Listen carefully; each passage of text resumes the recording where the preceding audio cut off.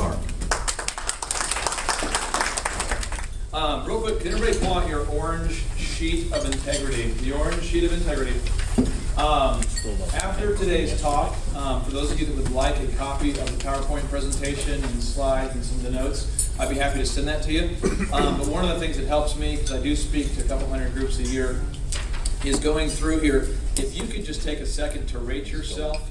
If you see at the bottom right here, on a scale of 1 to 10, with 10 being the best, how happy are you with your company's PR campaign? Obviously, if you don't have one, it'd probably be a 1. And if you had a great one, it might be a 10. But just so I kind of know where you're coming from.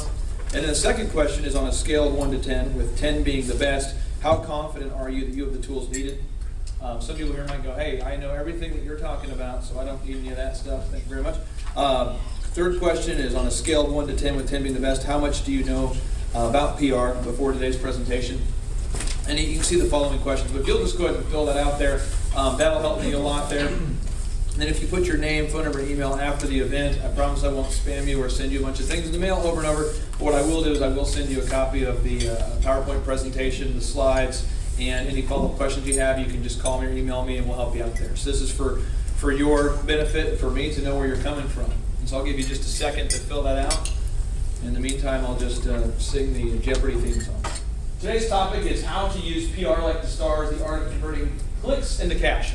My background, just so you know, I think that sometimes the content of what you're hearing should always be weighted by who are we listening to, why is this person credible. So I just want to give you a little bit of a background on who I am and my background.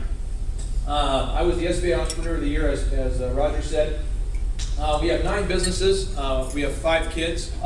I'm always working on something big. I try to avoid direct sunlight. I'm just kind of kidding, but my wife makes fun of me because I'm inside so much. I don't go out very much. So I took algebra 3 times. Everybody here is smarter than I am once you get to know that. Took algebra 3 times to get through that. And I did take my ACT 3 times to get to college as well. So I want to encourage you guys, that everybody here, if I can do this stuff, I promise that you can do it. Okay, so the 6 things we're going to go over today. 6 things is 1 is what is the definition of public relations? 2, what are your business goals for this year? 3, how will viral and passionately positive PR help you achieve your goals? 4, why does PR work? 5, if this works, why doesn't everyone just do it? And 6, what are the systematic step-by-step steps that you must take to launch an effective PR campaign? This is a quote I want you to either write down or just remember in your brain. I define what I do as gift wrapping. If you package a bracelet in a Tiffany box, it will have a higher perceived value than if presented in a Kmart box. Same bracelet, different perception. Who here remembers the British invasion when the Beatles landed? I do not. I'm 32, so I don't remember that specifically. I've seen it. Who remembers when they landed here, okay? True story. They landed. If you read a book called Guerrilla PR 2.0, you can read the historical review of this, but it's Guerrilla PR 2.0. Phenomenal. The Beatles land, from Britain. They land over here. No one knows who they are at this point. Okay, so the kids are like, who are these guys?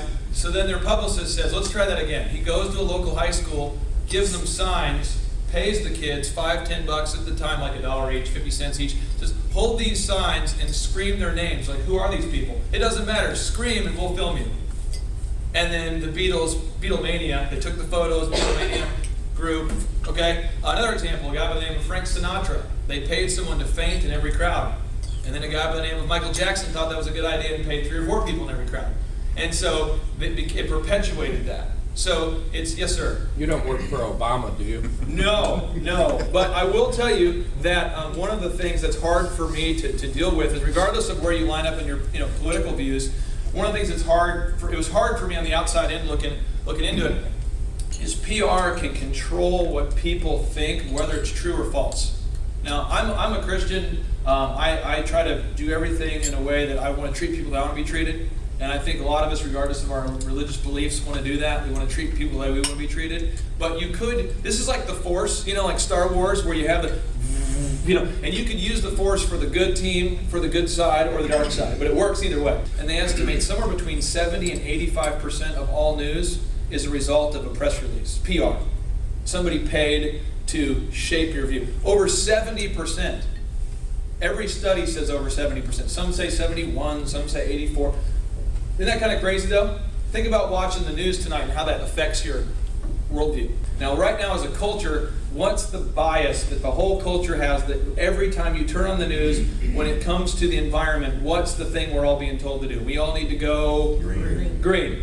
Aha. So is that a trend, or is that going to be a long term? Like, is that going to last? Is that a fad or a trend? Is that going to last beyond a year, you think? A trend? Now, at some point when I was in 7th grade, some of you remember this, we were told that the hydrocarbons, released from cars, are damaging the ozone, right? So what we say is, as a country, somehow, from my age 12 till now, we've gone from, we should probably go green, to now it's irrefutable. If you don't go green, there's something wrong with you, okay? Now, regardless of whether we agree with this or not, this is a trend, right? Now, what if you were the expert in your community, right, about this infringement on rights and security, and you know everything about security because you're the guru?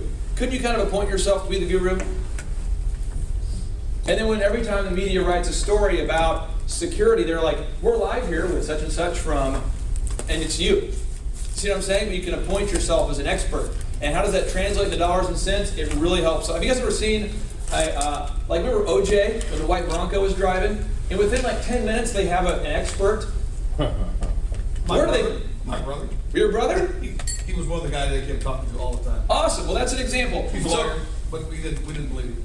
Well, you know what I'm saying? So how do you find these experts? They find these experts because people in a room just like this decide they're going to start promoting themselves as experts and making those connections so that when things happen, you'll get the call. And I promise you it will dramatically impact your sales. So I'm saying, what if we gift wrapped our ID business, our security business, in a way that gift wrapped us like the Tiffany's box? Does that make sense? Where people now don't care about the price, they care about the value. Even though it's the same bracelet in the box. Is that making sense to everybody? This is my definition. The art of systematically creating the closer. The closer that you can use to enhance your existing reputation and close more deals now. When you get in front of your ideal clients and likely buyers. Again, the art of systematically creating the closer.